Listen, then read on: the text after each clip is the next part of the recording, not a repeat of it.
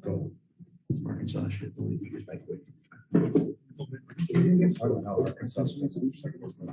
You say, huh? That's a big guy talking about. Oh, yeah. Yeah, I know that. You need like some baggy ass shorts. Really nice. Nolan Richardson. Mike, you want to start us off? Billy.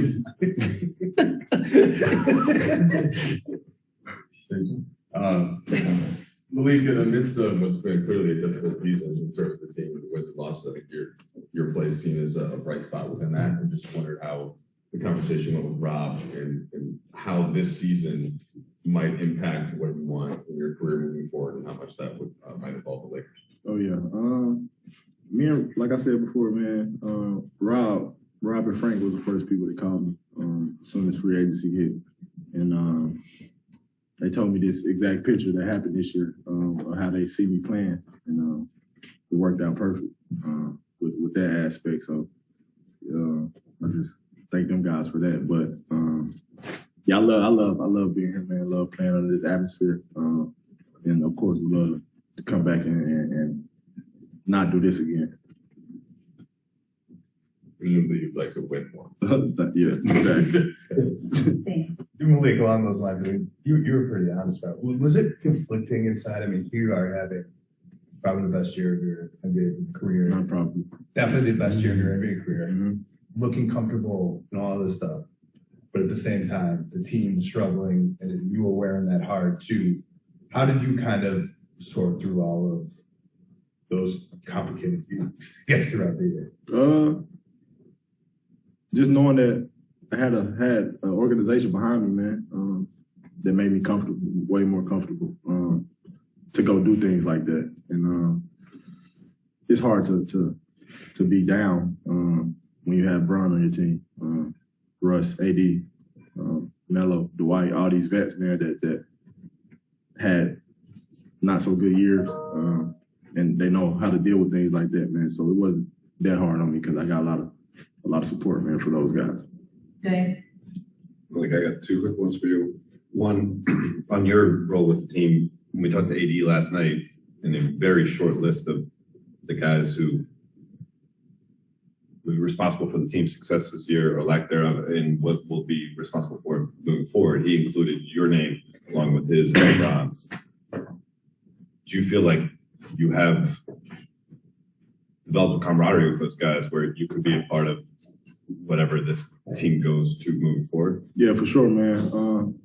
Me, AD, and Bron, man, was talking about before the season even started about things like that and how me playing off them and those guys playing off me would work out, man. Just big kudos to them for just being there for me and saying those things about me and letting me come here and be myself. So, yeah, I definitely see it, man. And secondly, this isn't directly pertaining to you, it's the order of that we're talking to guys. Russell just told us that he never felt a connection with Frank, and considering that's the head coach and that's your starting point guard, as a teammate, someone sharing the locker room, did that relationship or lack thereof affect the vibe of the team this year? No, not really, man. I think that's more personal, and him being more comfortable in his shoes. They never really let that come between us and the team and you know, you feel me? So yeah, I think it's way more personal with those two guys other than a team aspect. So, Bill? Malik, a lot was made about the number of Hall of Famers and All-Stars, Defensive Players of the Year, and everything that had to come together. And obviously, those pieces didn't all fit.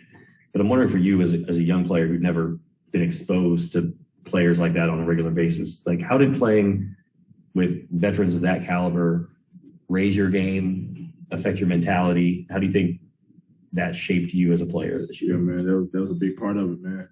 Because if I didn't step up, those guys were gonna let me know, and they were gonna tell me that I need to. And it changed my mindset, like you said. It definitely changed my mindset to be more locked in, because I know I didn't have as much wiggle room to have errors. So yeah, man. And then as a follow-up, there was a point in the season where Frank said that you could catch fire, sort of like, gasoline. And I was wondering how you felt about my nickname for you, Gas Leak. Oh, it's tough. Yeah. Yeah, I like that. Okay, cool. Yeah, you should get it on your basketball reference page. I like that. Yeah, that's fine. You like that? No. You gotta check building code, man. Gas leak. You don't want leaking out of the. That's what people say about you. You like eat too much bad food. Nah, light it on fire. You don't blow up. There's something to it.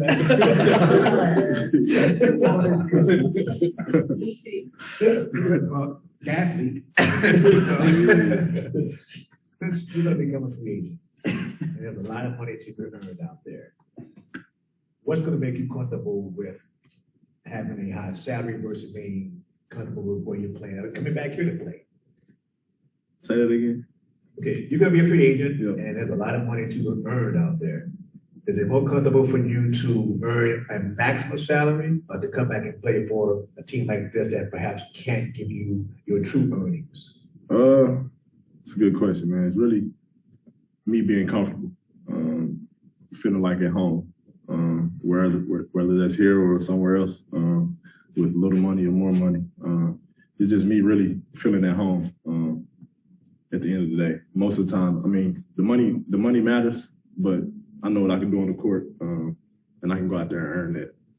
And I think I proved that. So, yeah, it really just me feeling at home and wanting.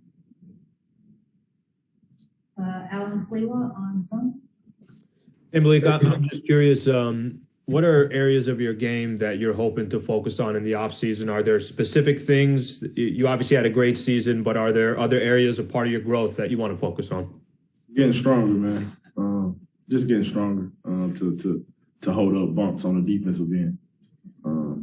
Other than that, I just continue to do the same thing I did these last couple of years, which has been working for me. So, Chris House on Zoom. Hey Malik, hope you're doing well. After that so demanding season, how better player do you feel overall, and what did you see as the biggest leap of your game? Becoming more mature as a man and a basketball player.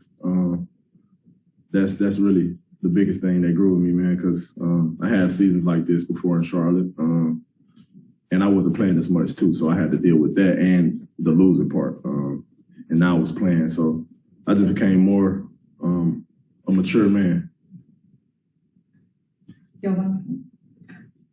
Malik, you almost started half the season after not starting much previously in Charlotte. Do you have a preference or a comfort with starting versus coming off the bench? No, not really, man. It's whatever the team want me to do. I'm comfortable with whichever one they want me to do, man. So, yeah. Kyle. Well, you talked a lot about just how tough last summer was with just the Lakers calling. How does it feel to kind of have this year behind you and presumably just come into a free agency with just more leverage and more desire, or more market, I guess, for your services? I really feel about the same, man, because I don't want to get too ahead of myself and feel like I deserve some way more than I do, man. So I'll just come in it like I did last year, man. Like I had no offers, so I could work a little harder than I did, and try to just get way more overall round with everything, man. So, Mike Shadot. Malik, you're 24. Your scoring efficiently at the NBA level seems pretty well established. 3-pointers, finishing at the rim, mid-range. Do you feel like the other parts of your game you can still grow a lot in, whether it's defense or on-ball decision-making, passing? Are there certain areas of strength that you feel like you can still go up another level at? Oh yeah, for sure, man. Everything, including my scoring, threes, free throws. My free throws are terrible this year. I ain't like that. But yeah, man, I think I can grow on everything, man. It's never a spot where I cannot grow in. So, any specific feedback with that when you talk to the front office or coaching staff about those levels, or just straight you're saying you're still broad? Yeah, I'm just keeping it broad, man. That's coming from me. Not really. I haven't had those conversations yet with Rob and them because we just got done playing yesterday. So I think that'll come along. But yeah, man, just everything, working on everything, getting everything better. Bryce, you have a question? Yeah, Malik, have you allowed yourself to kind of say, okay, last summer I kind of gambled on myself with a 1-year deal, took the minimum, and now it's working out pretty well in period. Have you allowed yourself to kind of say, good job on that? I was trying to today until I had these media and the exit interview. But yeah, man, I'll go back home today and really just review and see how the year went and just really reflect on it and pat myself on the back because it definitely was a hard year for me. Hard summer too, man. So I'll do that after this.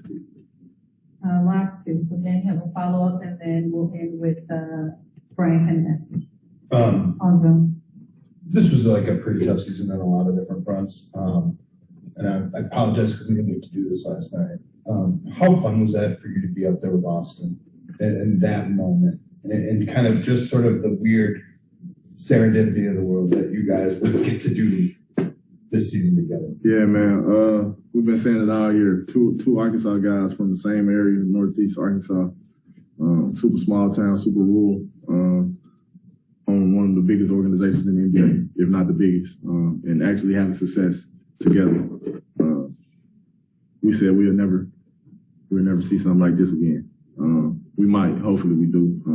Hopefully we get more talent coming out of Arkansas because they've been sleeping on us. But I think me and him did a good job of waking people up. Sleeping during a gas leak extinguisher. Don't want to sleep on. Dude, you want to sleep during a gas? Don't want to sleep on. Nah, yeah, man. It was just great, man. We talk every day, still, about making history and doing things like that and being up there together. It was amazing for me, man. And that's my boy, for sure. All right, last question on Zoom will be Brian Hennessy. Hey, Malik, I'm still on the fence about the whole gas leak thing, but we'll see. I'm interested. I don't expect you to comment about Russ specifically, but just kind of talking about that idea of being comfortable. Read, heard you talk about, the time up to this point and earlier points in your career. As a pro, what is the impact on your game when you don't feel comfortable, when you aren't feeling like you're, kind of in the right spot or accepted or what you do is valued? What is the impact on you as a pro? And then for you particularly, what changed this year, when you did feel better about that stuff? Oh, yeah. It's mentally draining, man. And it's you'll be inconsistent because you're always in your head thinking. And you really can't play basketball thinking. You got to go out there and just let it play, let it come to you. Because if you're thinking about what's going on, everything like that, you're going to be super inconsistent and off your game with every aspect. And with me, I was comfortable from the beginning. Like I said, this was the only organization that called me and gave me a chance to prove that I'm a basketball player that deserved to be in the NBA.